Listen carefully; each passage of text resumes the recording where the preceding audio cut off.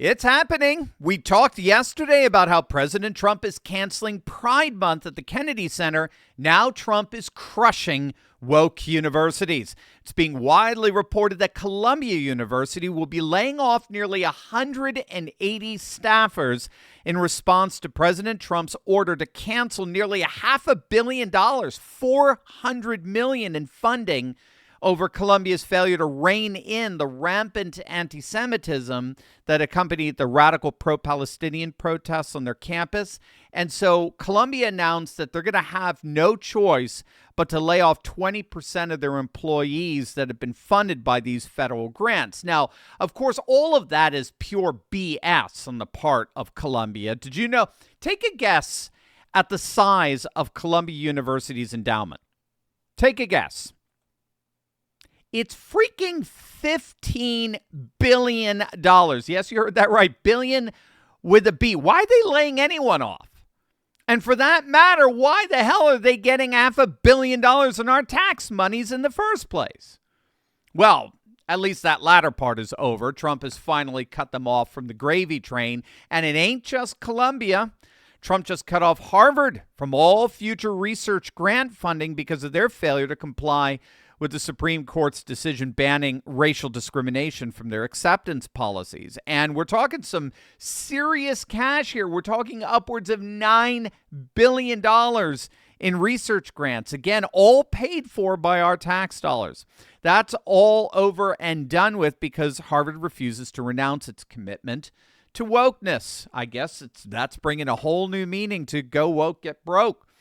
But this all part of a larger battle that Trump is having with Ivy League schools in general. So we're talking Harvard, Yale, Princeton, Columbia, Cornell, Brown, Dartmouth, University of Pennsylvania, all of which have become what the administration calls citadels of anti-Semitism and liberal indoctrination.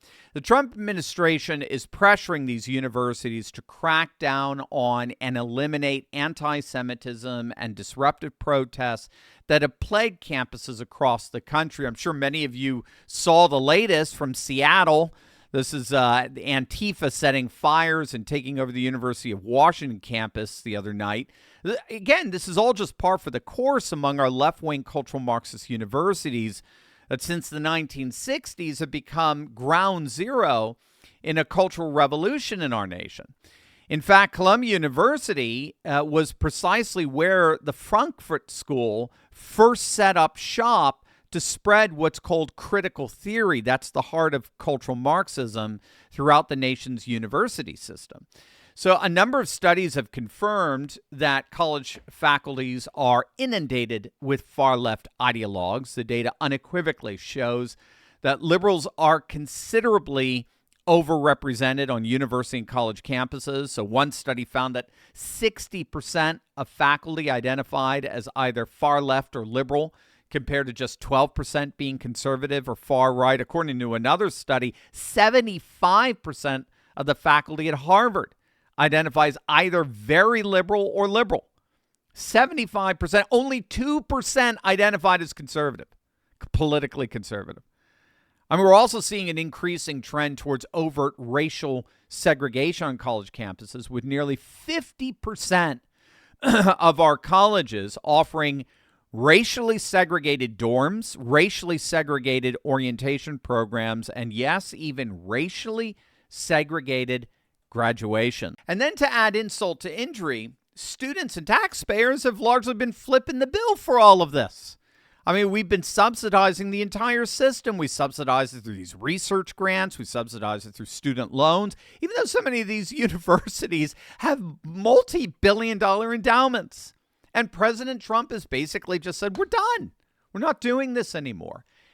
So he, in effect, is doging the national university system and hitting them where it hurts, which is, of course, their wallets. They've been gaming the system to artificially hike their tuition, some to over $80,000 a year. And Trump said, no more. We're done.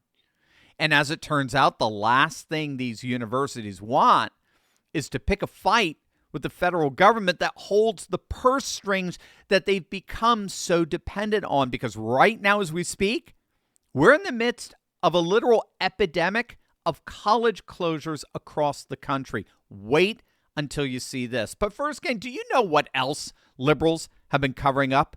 The insane health benefits of cocoa flavanols. Now, studies have been done to show that flavanols in cocoa stimulate stem cells to come out of your bone marrow like bees coming out of a beehive in your bloodstream. And they go out and they find whatever needs to be repaired. So if it's your heart, they'll fix it. If it's your liver, they'll fix it. If it's your skin, they'll fix it. Don't take my word for it. Here's Harvard scientist Dr. William Lee. Well, clinical studies have been done with high flavanol cocoa to show that in like men who are in their 60s with heart disease, they could actually just have 2 cups of dark chocolate hot cocoa a day for a month.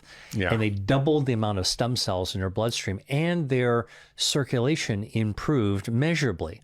And then what's even more important and impressive is that there was a study called the Cosmos study that was completed recently that showed that eating high flavanol cocoa decreases the risk of cardiovascular death. Yeah. Right? Over a period of... Like a statin. Like a statin. Black Forest Supplements have created the first ever high flavanol cocoa powder packed with everything your body actually needs. This stuff can boost your body's natural stem cell production. I mean, think about it, gang. Hollywood elites drop 50 grand on placenta stem cell injections, but you could just drink cocoa powder and get the same benefits without selling your soul.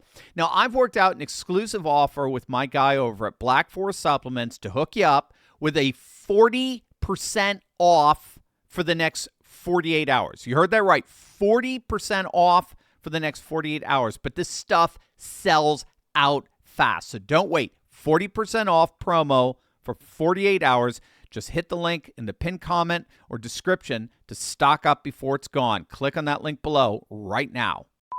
CNBC is reporting on the increasing number of college closures across the nation. Get this, since 2016, nearly 100 colleges have either closed, merged with other institutions, or announced plans to close. College enrollment has dropped nearly 10%. It fell 10% between 2019 and 2022. That represents the largest 3-year decrease in enrollment that we've seen in more than 2 generations, in 50 years. There are now 1 million fewer students enrolled in college than before the pandemic. I mean, let that sink in here. Colleges have lost 1 million students since the pandemic, 500,000 of which disappeared in the fall of 2021 alone. The latest 2 closures are St. Andrews University in North Carolina and Limestone University in South Carolina. They're closing as of this summer. I've seen it firsthand. I used to teach students from Cabrini College when I was at Eastern University, just outside of Philly. The Cabrini has since closed. And speaking of Philly, the Philadelphia College of the Arts, where the nationally recognized cultural critic Camille Paglia taught for years, that's closed down. They've permanently shuttered. I mean, we could go on and on. In fact, a Harvard Business School professor actually predicted that by the year 2030, the higher education bubble will completely burst, and as many as 50% of all colleges will close their doors permanently. Again, we're not talking 50 years from now. We're not talking like by the end of the century. This is in a mere 5 years, by 2030. This prediction coming from Harvard business professor Clayton Christensen. He's predicting that upwards of 50% of all colleges and universities will close or go bankrupt in the next decade. Christensen argued that virtually all colleges are using a business model that can't even remotely keep up with all the technological and telecommunicative innovations that we've seen over the last 10 years. And so in order to compete with these online, digital, cyber innovations, colleges have already had to discount their tuition on average by about 50%. But the problem here is that any discount that surpasses 35% puts the college in a danger zone in terms of paying for its annual expenditures. So right before the pandemic, this Harvard Business School professor noted that 25% of private colleges were already in the red.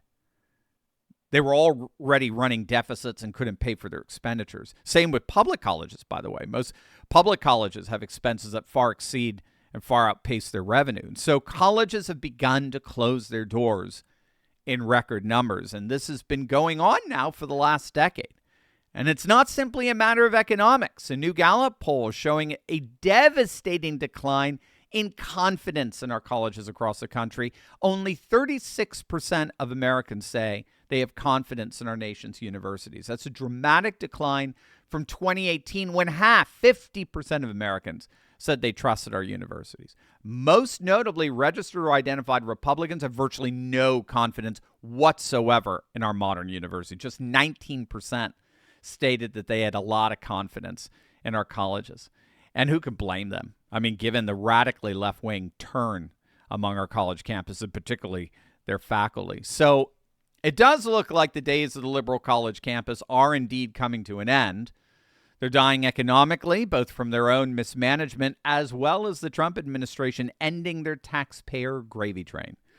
Trump is truly saving the culture, one college closure at a time.